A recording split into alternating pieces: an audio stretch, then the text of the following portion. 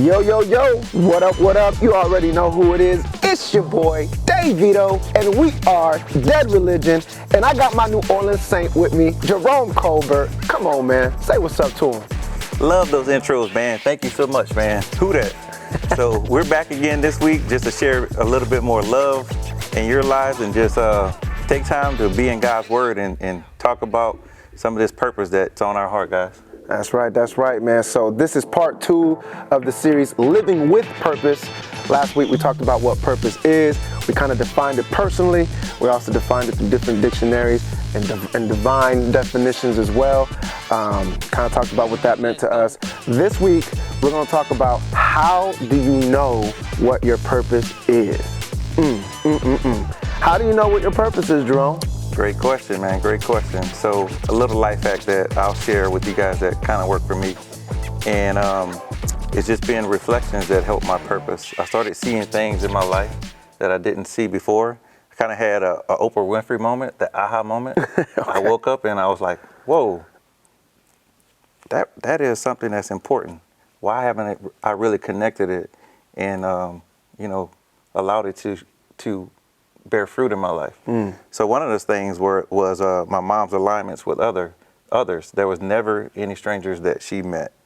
And I kind of feel the same way, no pun intended, but Vision of Alignment is our brand that we have. It's a Christian-based apparel brand, and that's what it's all based around, like the alignments that you have in your life. And then I started evaluating my brother. My brother has one of the purest hearts that I know. He's very forgiving. He's very loving wholeheartedly. He's been through some things, but he still has that heart of love. Mm-hmm. And then the third thing was my stepdad.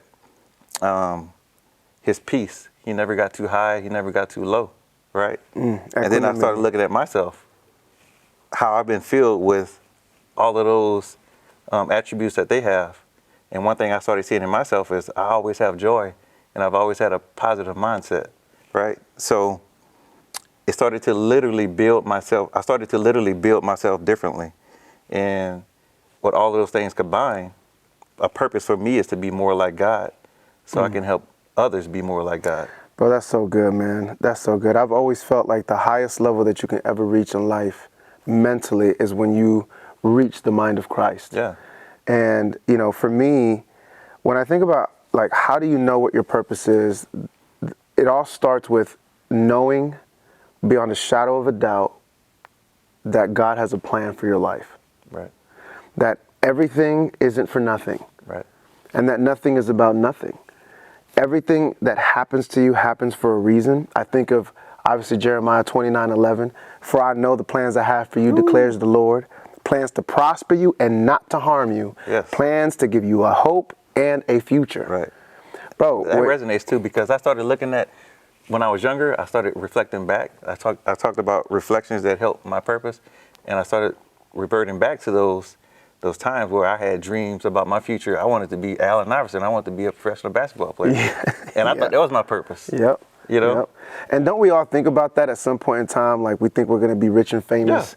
Yeah. We think we're going to be the most successful in our careers, and we're going to have the coolest house. I remember I watched the movie Richie Rich, and in the movie, he had a McDonald's in his house. And so, like, as a kid watching that movie, I was like, yo, when I get out, I want a McDonald's in my house. Obviously not understanding that you got to hire employees and you got to franchise it. And obviously, you're not going to be profitable if it's in your house, right? But I used to always think, like, oh, that's the sign of success. Like, that's the epitome that you've got to reach. And obviously my life didn't go that way. You know what I'm saying? I ain't got no money vault in my house that I do backstrokes in, you know what I'm saying? Like Scrooge McDuck, right? But, it doesn't mean that God doesn't have a plan for my life. Right. Every good thing that has happened was by design, but so was every bad thing. And even in the decisions that we make, right, where we have a choice, like, can we go this way or can we go that way? Can I do it God's way or will I do it my way? Even when you choose to do it your way, there's a plan and a purpose behind that, because you learn something that you would have only learned if you would have gone and done it that way. Now, obviously, if you'd done it God's way, you probably would have learned the same lesson, but without maybe the heartache or the hardship or the toil or the blood, the sweat, and the tears, right? But at the end of the day, everything works together for the good of those that love him and are called according to his righteousness, man. And so for me, when you start thinking about how do you know what your purpose is, you've got to know. I'm talking about a knowing that is unwavered, unmoving, unshattered. You've got to know that if God gave you breath in your lungs and God gave you life, it is for a purpose. He has a plan for you, a plan to prosper you, not to harm you, a plan to give you hope, a plan to give you a future.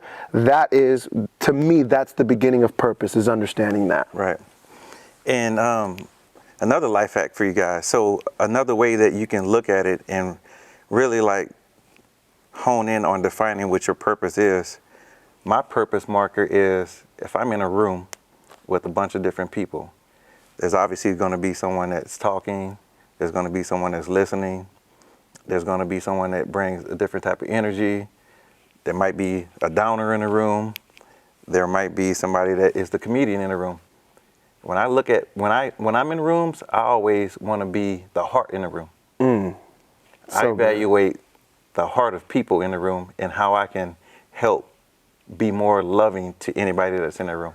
Bro, that is so good, man. I need to start doing that because I'm probably the guy that talks the most. Not talk the most, but just talk. When you got a lot to share. Nothing wrong with that. No. But that's good. You can understand like your purpose when you're in those rooms. Your purpose is to bring something different that somebody isn't bringing. Bring a perspective. My purpose for me is to be that heart in the room. Man, that is so good. That is so good, man. I was thinking, man, that's gonna stick with me, Jerome. I ain't gonna lie, man. That's a good one, bro. That really is. One of the things that stood out to me in this particular part of, how do I know what my purpose is? We talked about God having a plan for your life. Then the second part to me is you've got to trust the process. You have to trust that first of all, that everything happens for a reason. There's a reason why it's happening. And it's not to harm you. You got to learn something from this. There's a purpose behind why this is happening, right? There's a purpose why you feel this way. There's a purpose why you didn't get what you wanted, right? Like there's a purpose behind all of that. And you've got to trust that the process to get to where you're supposed to get to so that you can become your highest and best self is part of the process, whether it's ups and downs, highs and lows, good or bad, right? And anything in between, there's a process that goes through that. One of the things that I tell people all the time, man, whenever I'm speaking to them, man, is nothing happens to you. Everything happens for you. Right. Just because things didn't go the way that you thought they were going to go, just because your expectations weren't met, just because that thing that you wanted to happen didn't happen, just because that relationship or that connection or that business deal or whatever it was, just because it didn't go the way that you thought it was going to go, it doesn't mean that it's happening to you. It's happening for you. Our responsibility in the purpose is to find what we're supposed to learn from it and how we're supposed to grow from it so that we can become better from it. So true. And when you have that purpose, you start feeling complete. It brings a different fulfillment inside of your heart to where it changes you and you start seeing days, you start seeing people, you start seeing the world around you totally different. Absolutely. Because now your purpose, your 1%, is being brought into those arenas. That's right. And it's more gratifying for yourself. Like it fills you up on a day-to-day basis. Like you wake up in the morning knowing that your purpose is something God has given you and you're using it. Yep. You're bringing something to the table that only you can bring to the table. Yeah. It's almost like a potluck of life. Right. Somebody brings the laughter. Somebody brings the topic. Somebody brings the perspective. You bring the heart. Right. But it's good to know that when you're operating in your purpose, you are operating in your highest and best self. You are. You're maybe someone can understand what you're saying, or maybe someone can understand what you're doing, but only you can say it and only you can do it the way that you can say it and the way you can do it. So not only you start seeing yourself different, you start seeing other people differently. There you go. And you start seeing the best in other people. That's right.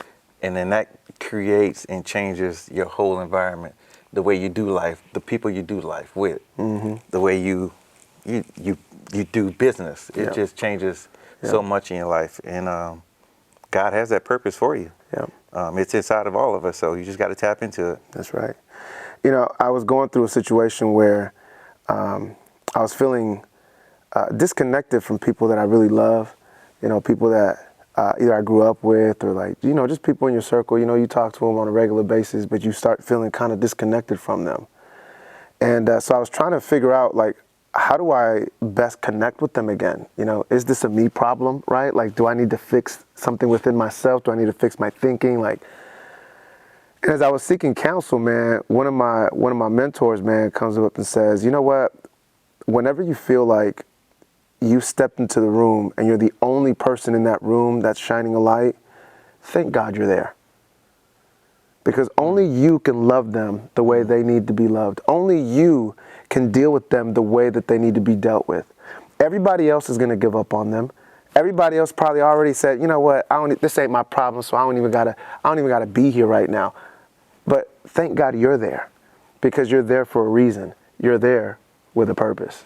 I love that so much, because we all are in spaces where there could be a lot of negativity, a lot of turmoil, whatever the case is, but it's so poignant what you said is you're in that space for a reason. And if you bring in your 1%, you bring your purpose that God has delivered to you, then your purpose in that moment is to be a disciple of God.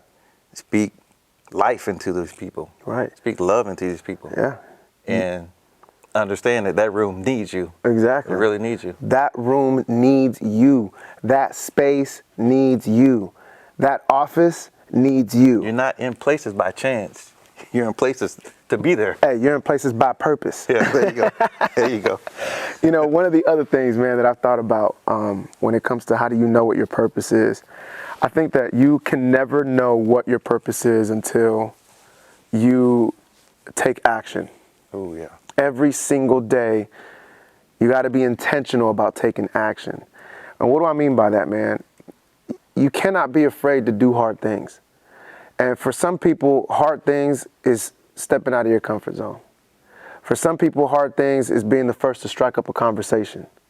For some people, hard things is giving money to somebody or to a cause or something like that. For some people, it's trying to listen to somebody who completely thinks differently than you, looks differently than you, comes from a completely different background or a cultural. But you got to do hard things every single day. I think that the hardest things in life are the things that we're the most afraid to do, but they're the most important things that we've got to do. And we will never know what purpose is until we actually look at fear, feel that fear, and do it anyways. Man, that's truly growth. I said it earlier, like I literally started to build myself differently. And the reason behind that is you see life different. You see the hard things different. You see like God has put you in a place to literally get through that and learn a lesson. And those lessons are to help others get through hard lessons, hard times in life. Yes, sir. And man, it makes a difference. It does. It really does make a difference. Man, look, there's been so many times, man, where I've asked, like, man, why me? Why I gotta be the one to do that, man? You know, just the other day, man, you know, I was listening to a sermon, and the guy that was preaching was talking about how Jesus he was talking about the 5 loaves and the 2 fish, and he was talking about how Jesus had spoke over the 5 loaves and the 2 fish, and because Jesus spoke a blessing over it, he was able to feed 20,000, but 5,000, the men and stuff like that. And for the first time in my life, I've heard that story since I was a kid, but for the first time in my life, I started thinking, how would I have felt if Jesus was like, yo, let me get your 5 loaves and your 2 fish? And I was like, I probably would have been like, why I gotta get my 5 loaves and 2 fish, man? Like, look at, man, I came prepared, you know what I'm saying? I knew I was gonna get hungry. Why ain't these unprepared jokers then come over here and get their own food, right? Like, now I'm supposed to feed all these people? It's because in the natural, things don't make sense. But in the kingdom, it's always over in abundance. And so, what is your attitude to doing hard things? What is your attitude to having to face your fears and doing things that make you uncomfortable or doing things that you really don't want to do? There's a saying in the business world, and the motivational speakers use it all the time. You got to do what you don't want to do to get what you don't have, right? How many of us actually live that? And how many of us are actually purposeful about doing those things so that we can reach undefining heights and reach new levels that we've never reached before? That's amazing, man. That's amazing. Yeah, I don't know what to say to that, but I know, like, it's truly, like, at the end of the day, how are you going to impact other people? That's right. And That's right. That's what it boils down to. It really comes down to walking the walk and not right. just talking the talk. The reason why you have to go through it is so that when other people go through it, they don't have to go through it the way you went through it. Yeah. Maybe you had to go through it alone. Maybe you had to suffer the worst of it. Maybe the results of what you went through were much more catastrophic or much more devastating than what somebody else went through. But that's the purpose. That's the whole reason why. It's so that you can help someone along the way so that they don't got to go through what you went through. They don't have to experience what you experienced. They don't have to feel what you feel, and they don't have to do it alone. That to me is purpose. That's how you know what your purpose is. Start finding that purpose. You start feeling complete. Listen, man, we just tipping this thing right at the tippy. You know what I'm saying? This is part 2. We got 2 more parts of this. Please stay tuned next week when we talk about what do you do after you've discovered your purpose. You know who we are. My name is Dayvito. That's Jerome Colbert. And we are